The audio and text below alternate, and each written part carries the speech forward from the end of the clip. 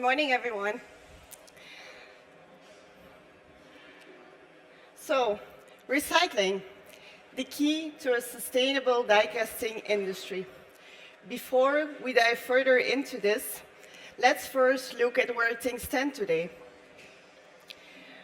We will start with a movie, and in that movie, we will see where zinc is used in our daily lives. Zinc plays a crucial role in our day-to-day lives. From the sturdy handle of your front door to the indispensable gadgets that keep you connected, zinc alloys shape the products which we rely on. In the heart of your kitchen, the inviting aroma of fresh coffee fills the air. The coffee machine, your trusted ally, is up to its task thanks to the robustness of zinc. From toys that elicit joy to cars, zinc's unparalleled strength and durability guarantee enduring quality. Your car keys, the sleek dashboard, and even the reliable safety buckles, all significantly enhanced by the virtues of zinc alloys. And don't forget high-quality home appliances like your washing machine. We saw in the movie that zinc-containing products are everywhere in our lives. Every day we use them, and we are so used to it that we don't think about it anymore. We take them for granted. But what if they aren't? What if one day the products are not available anymore? Not because we don't want them anymore, but because producing them is getting so complex and fragile.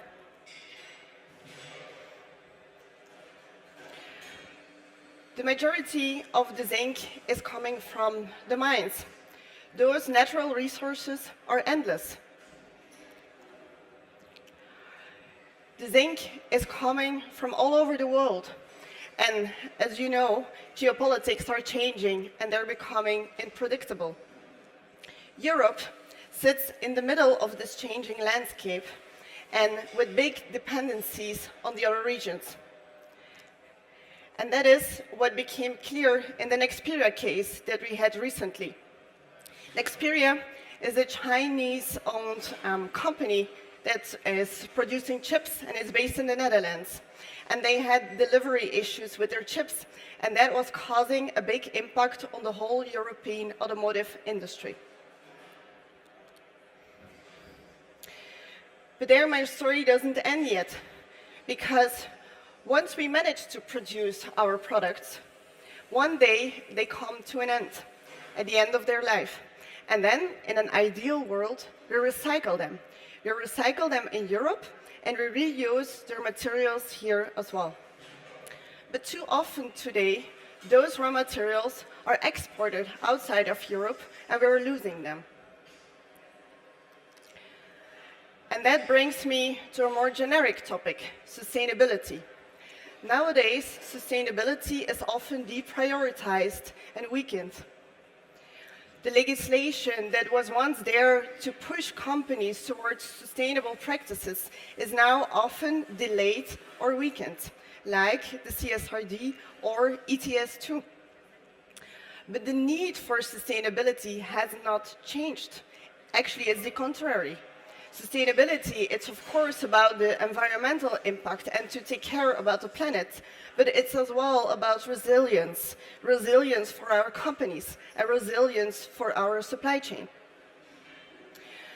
So I touched upon quite some topics here in the introduction, so today we won't be able to solve all of them.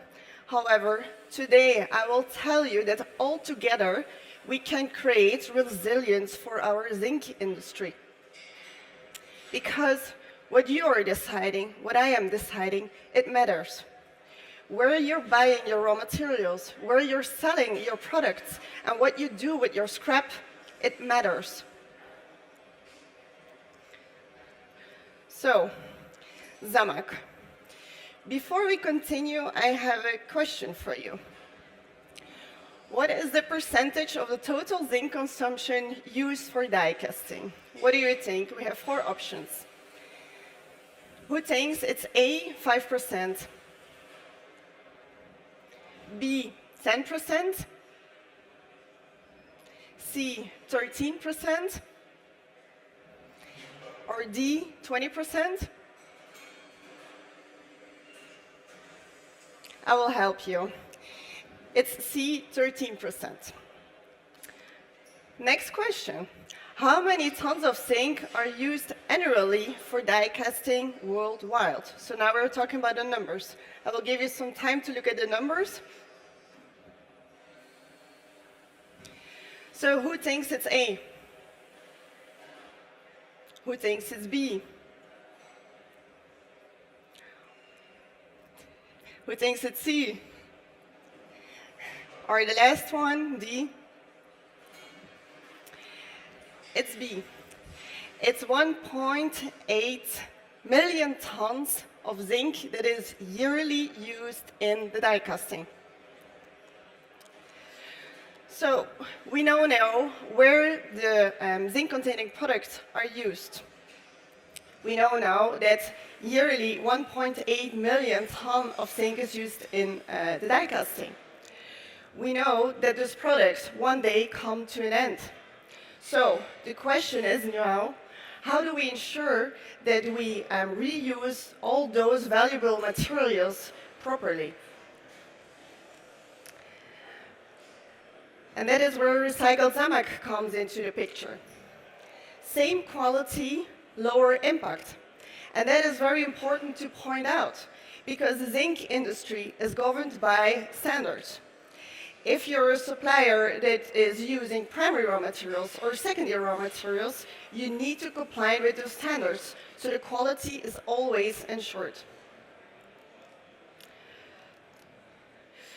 When talking about recycling, you could see it as completing the traditional mine with the urban mine. Traditional mine, extracting the zinc from the mines. Urban mine is the process of the waste of the urban cities that is seen as a valuable resource. So the cities from the households. And that's what we call post-consumer scrap, PCS. In addition to this, we also have PIS, post-industrial scrap. And that's the scrap that comes from the manufacturing processes. So at Reason, we calculate the environmental impact of our recycled ZAMAC. How we do that? We use LCAs. LCAs stand for Life Cycle Analysis. And it's actually an assessment where you calculate the environmental impact of your product over its entire life. And it's often done through cradle to gate, and it means that 3 steps in your process are taken into account. It's the raw materials, it's the upstream transport, and it's the process impact. And that is what we did. We participated in 2 projects. On one hand, we did our own LCA calculations. On the other hand, we participated in a project of IZA, so the industry organization, where they want to have industry average figures.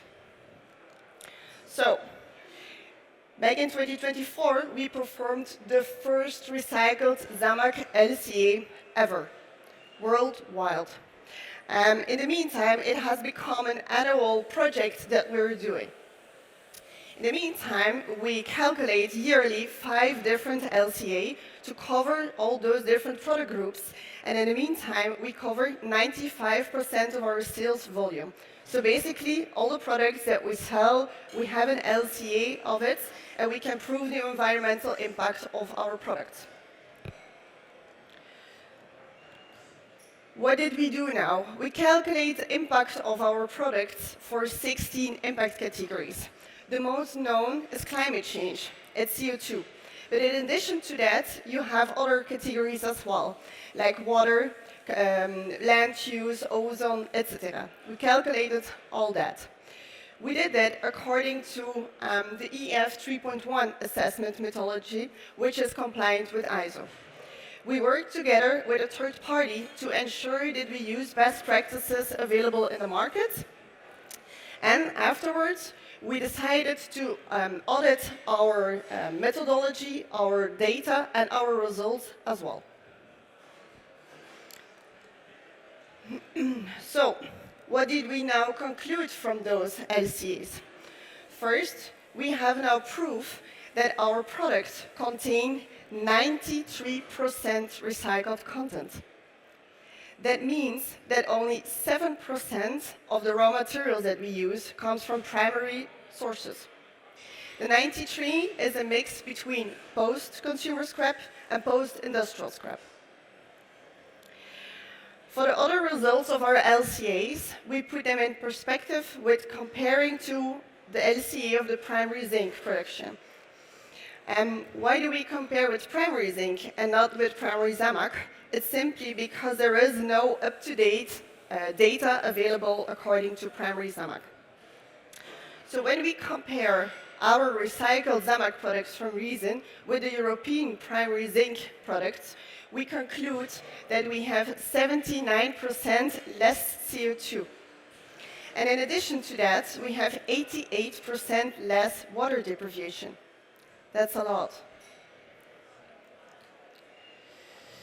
I told you that we also participated in the industry study from IZA. So why did we do that? Because we had already our own results. Well, it's because we believe that it's important to have, as an industry, to have this data available in databases such as EcoInvent, because the market needs to know that there are recycled Zamac alternatives available to recycled aluminum, plastics, etc. Because we experienced that that was not the case. But since this year, we have in EcoInvent recycled Zamac figures available.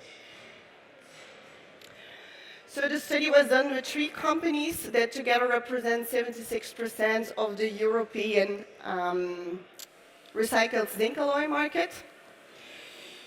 We used the model for 10% primary zinc input and 90% secondary raw materials. And here you have a high-level result. So the CO2 impact is 672 kilograms CO2 per ton, and the water 576. But I would like to put those figures in perspective, because yeah, it's figures, but what does it mean now? And that's what we will see here on the next slide.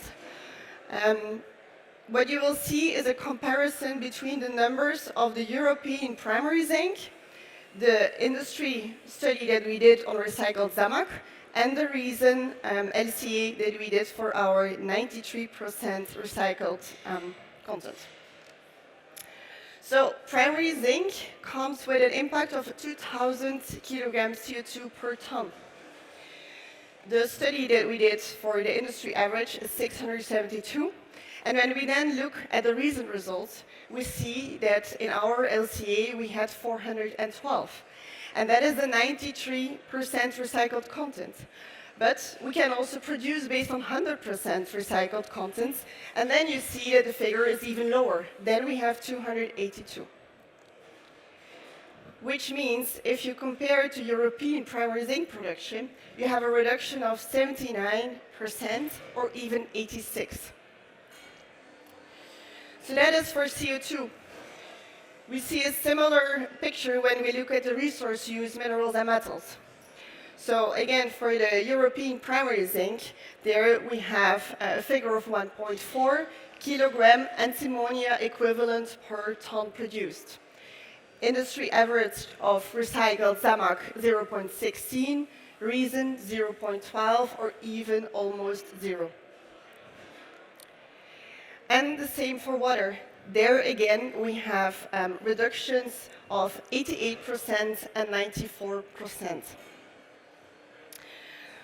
So, what does that now mean for the zinc die casting industry?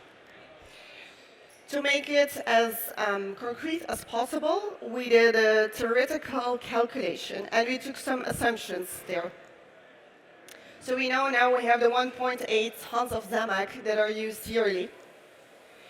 We assume that the die casting industry stays stable until 2050. And we compare the European primary zinc figures with the Reason 93% figures. So what does it mean for potential carbon savings? Per ton, it means a difference of 1,588 kilogram CO2 per ton.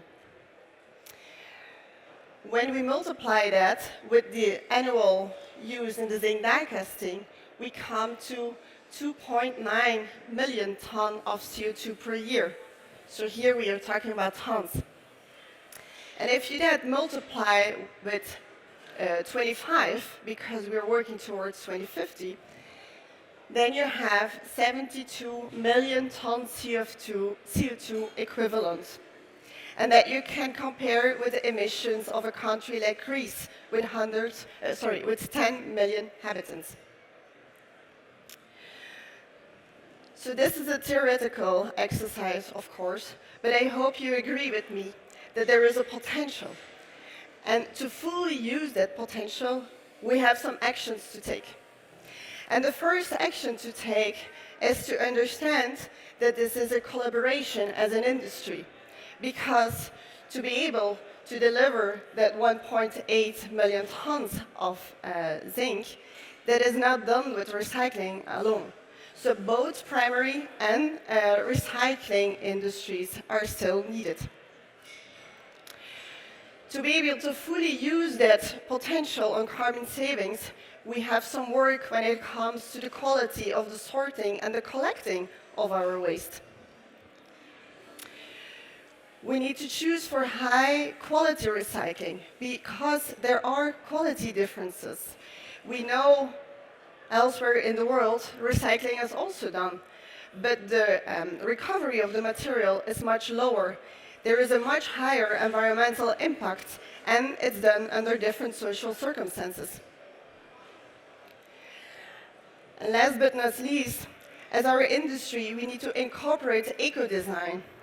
When using those principles, then we will be able to improve the amount of zinc that we can recycle, and it will be much easier for companies like ours to recycle more amounts. So, that brings me to the next question for you. Who has adopted already closed-loop solutions in their operations? Is there anyone here? Just raise your hand.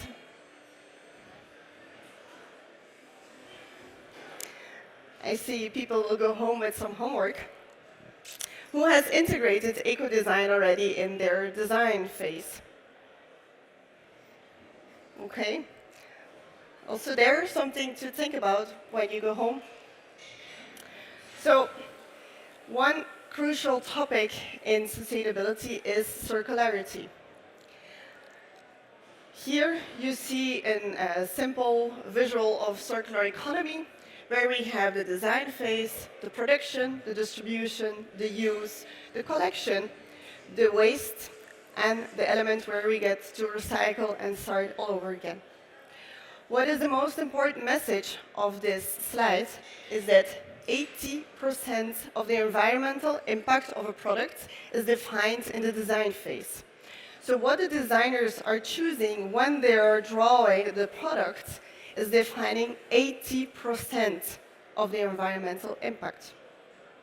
So there are some things that they can do to reduce that environmental impact of the product. They can design already with recycled and recyclable materials. They can limit the amount of different materials that they use. They can choose for pure material, label the materials, reduce the use of hazardous substances, and think already about easy disassembly when they're designing. And when those principles are really incorporated in our industry, it will help us as a recycling company, it will help our industry, and it will help Europe. And that brings me to European recycled Zamac. So, in Europe, we have high quality recycling products. And I told you before, we know that it's not everywhere the case. So that is something we can offer you. In addition, when you work with European companies, you have a stable supply chain. You decrease your dependency on other regions.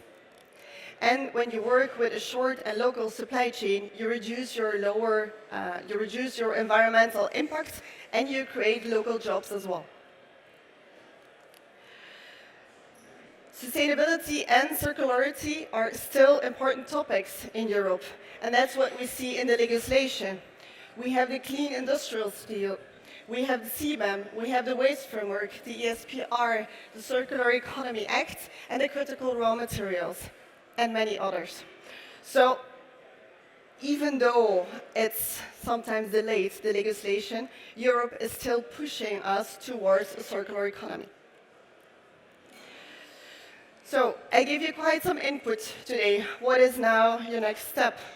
Well, we are Reason. We're the world's largest producer of recycled zinc alloys, and we do that already since 1988. We're here to support you whenever you're ready to think about recycled Zamac. So we have a production capacity of 120,000 tons annually. We have zero loss of zinc in our production. We have closed-loop solutions with our suppliers and our customers. And we constantly invest and innovate in our technologies to improve the recycling rate and to refine the end-of-life fractions and to be able to use them in our prime zinc alloys. And last but not least, sustainability is the foundation of our company. So how are we closing the loop? That's what you see here in the short image. So we use the post-industrial scrap and the post-consumer scrap. We collect them, we sort them, and we transform them again in a zinc alloy. And we sell them, we bring them back into the economy, to the die casting industry, also to the galvanizing industry, and eventually they end up in products such as a water tap. Our products are compliant with everything I mentioned before. The high recycled content. We will conform the standards, the quality standards. They're excellent for eco-design, and they're produced in Europe. As a company, we're also in the process of an EITF certification. So, let's conclude with a short recap. We started with the fact that the resources that we use, the products that we use today that contain zinc, that we take them for granted. But it might be not the case all the time. The raw materials that we use, the supply chain, it can change. Geopolitics are unstable for the moment. We have a huge opportunity to recycle the end-of-life products, and sustainability is under pressure. But altogether, we have the strength to build the resilience of our industry. And your opportunity lies, of course, with us. We produce products with 79% less CO2 per ton, which is 1,588 kilograms CO2 per ton reduction. And as a last topic, I want to share with you figures of our company of 2024. Our recycling company in Belgium, our recycling facilities saved some CO2, water, and materials. So in 24, we saved 85,000 tons of CO2. We saved 155 million cubic meter of water deprivation. And we had a save of 73,000 kilogram antimony equivalent because we were using secondary raw materials. Thank you for listening. I don't know if there were questions. So it seems you answered all of them, and we say thank you so much. Your applause for this amazing presentation. Thanks for being with us, Elise. Thank you. Thank you for having me.